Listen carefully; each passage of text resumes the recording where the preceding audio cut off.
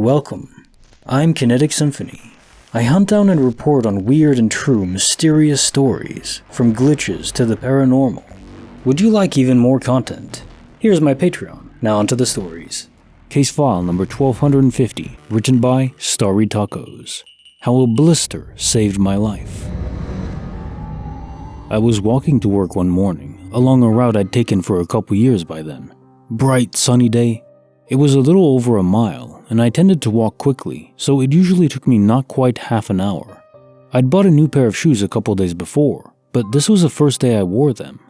About halfway along, I started to notice some chafing on one of my heels. I knew what it was, a blister developing, but figured I put on a band-aid when I got to work and kept walking. The chafing got worse, and I stopped a couple times to see if I could adjust the fit of the shoe, or if maybe retying it would help. I ended up just walking slower than usual, and was 2 blocks away from my work, about 5 to 10 minutes later than I would have been if I'd been walking at my normal pace. I reached the last block, and ahead of me, the entire wall of a brick building collapsed out onto the sidewalk and out onto the street, crushing a car parked at the curb. A crew had been working in the building for a week or so, gutting the interior, and they accidentally knocked out the entire exterior wall. If it weren't for my new shoes and the blister they caused, I'd likely have been under the wall when it collapsed, and I would not be writing this. Case notes for file 1250. How a blister saved my life. Yes, so the pains of new shoes and figuring out the ideal tightness of the shoestrings to avoid those blister issues, you have to break the shoes in. I know that. I walk so much I have to change shoes often. Rare, of course, that this generates some sort of life-saving event, though. Is this just a coincidence? In this case, I'm half and half. It certainly could be a coincidence, but the odds do not scream that, do they? To truly know, you'd have to delve into the reasoning you purchased the new shoes exactly when you did. Was it impromptu? If it was a spurious purchase, then perhaps your guardian angel influenced you to decide that now was the time for a new pair of kicks, and they ended up saving your life. Or it's just a coincidence. Hard to say for sure, but it's pretty rare. Case file number 1251, written by justawetpotato, my father's final gift. My dad had undiagnosed heart issues. The last night I saw him alive, I was dropping him off to his semi-truck so he could start his 4 weeks of driving before coming back home. He gave me this letter and money, told me to open the letter when I got home, but the money was so I could buy things for my brother while he was gone, because he would be over at my house a lot. My brother was 12 at the time, and my parents were going through a divorce. Looking back, the whole night was strange. It was a mostly clear winter evening with no prediction for a snowstorm, but on the way to the city we were going to, it let loose, massive blizzard. We had to stop at a Denny's and decided to have breakfast at midnight. We talked for hours over coffee, food, and cigarettes. I quit shortly after he died.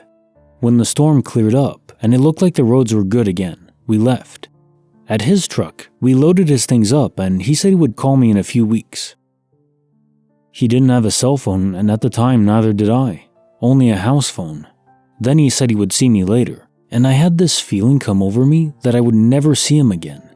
He was giving me a hug and I squeezed him a little tighter and said I don't think I was ever going to see him again. He pushed me back, gave me a little smile, and then pulled me in tighter before saying he loved me and sent me on my way. I left in tears. When I got home, I read the letter, and it basically told me how proud he is of me, told me to take care of my brother, and he loves me very much. Tears again. Several weeks later on, the night he died, I couldn't sleep at all. I was anxious and my chest was tight. There was another huge snowstorm, and I stayed up playing games on my computer and watching The 10th Kingdom. At about 2 in the morning, I decided to lay on the couch and put on music to see if I could fall asleep.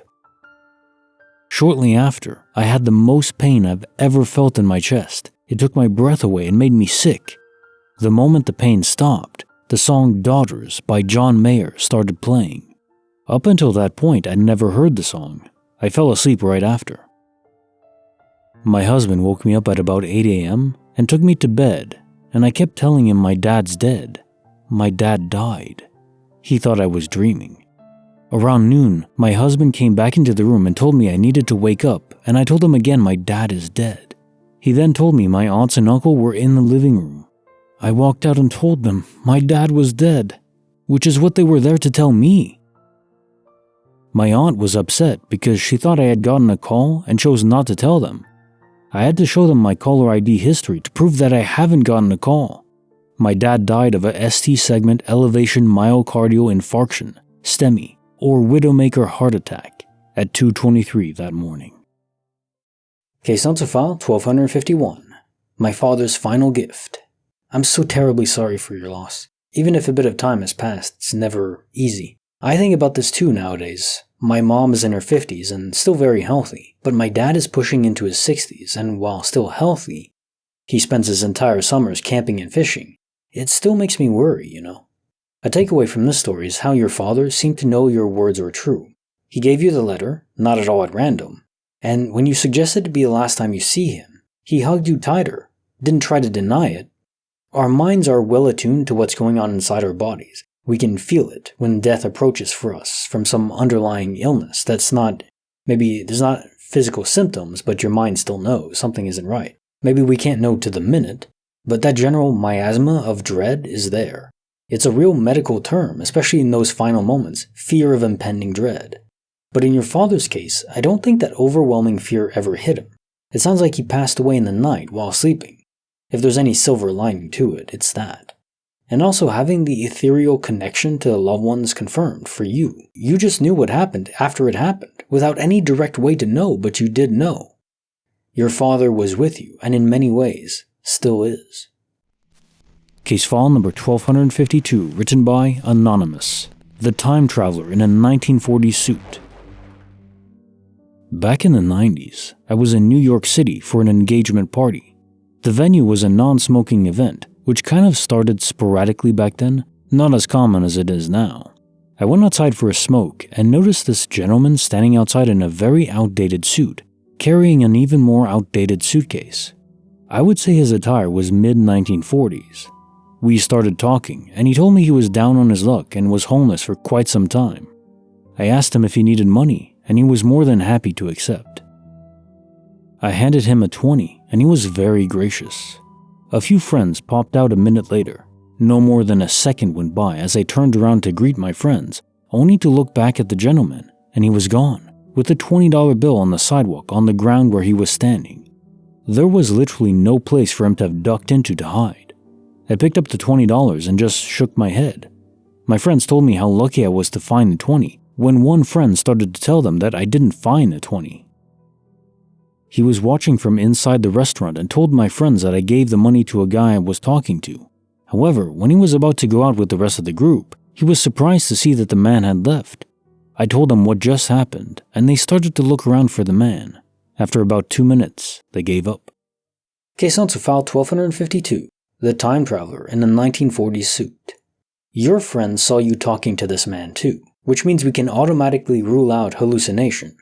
I don't buy into collective delusions unless they're induced by some kind of willed entity or maybe a memory manipulation. An actual time traveler?